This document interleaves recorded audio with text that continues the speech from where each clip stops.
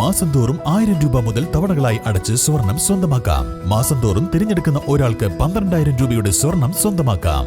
Mayuri golden diamonds, opposite town square, Wandoor. Haya Mangalyotsav 2025 2.5% മുതൽ പണിക്കൂലിയിൽ വിവാഹാഭരണങ്ങളുടെ അതിവിശിഷ്ടമായ ശേഖരം. Haya golden diamonds, Wandoor and Elankur. സ്വകാര്യ സർവകലാശാലകളിൽ പിന്നോക്ക സംവരണം ഉറപ്പുവരുത്തണമെന്നും ജാതി സംവരണം കുറ്റമറ്റതാക്കണമെന്നും കേരള പത്മശാലിയ സംഘം 45 സംസ്ഥാന സമ്മേളനം ആവശ്യപ്പെട്ടു.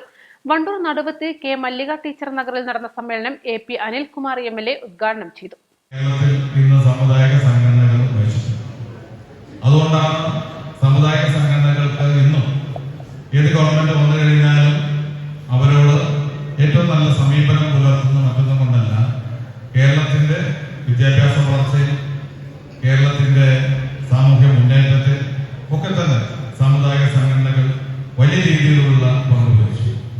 സാമൂഹ്യമായ അനീതി ഇല്ലാതാക്കുന്നതിന് വേണ്ടി ശ്രീനാരായണ ഗുരുദേവനെ പോലുള്ള വ്യക്തിത്വങ്ങൾ നടത്തിയ പോരാട്ടങ്ങൾ കേരളത്തിൽ എടുത്തു പറയേണ്ടത്.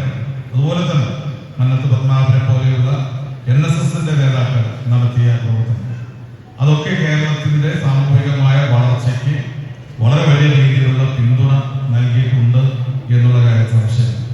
അതുകൊണ്ട് തന്നെ സാമുദായിക സംഘടനകൾ അവരുടെ സംഘടനാ പ്രവർത്തനങ്ങൾ ആ സമൂഹത്തിലെ ആളുകളുടെ മുന്നേറ്റത്തിന് വേണ്ടി ശബ്ദിക്കുവാൻ, ആനുകൂല്യങ്ങൾ നേടുന്നതിന് വേണ്ടി ഒരുമിച്ച് ചെയ്യുക എന്നുള്ളത് ഒരിക്കലും ഒരു തെറ്റായിട്ട് ആരും കാണാറില്ല. അത്തരം സംഘടനകളുടെ പ്രവർത്തനങ്ങൾ നമ്മുടെ പൊതുവായ വളർച്ചയ്ക്ക് ഉപകരിച്ചിട്ടുണ്ട്.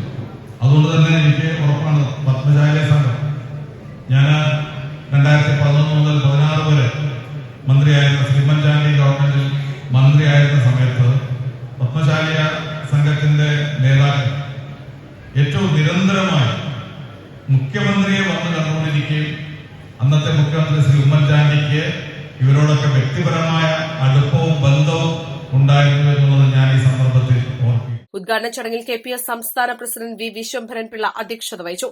മുൻ പിന്നാക്ക വിഭാഗം കോർപ്പറേഷൻ ഡയറക്ടർ VR ജോഷി ജാതി സെൻസ് സംവരണം എന്നീ വിഷയങ്ങളിൽ ക്ലാസ് എടുത്തു. സംസ്ഥാന സെക്രട്ടറി VV കരുണാകരൻ റിപ്പോർട്ട് അവതരിപ്പിച്ചു.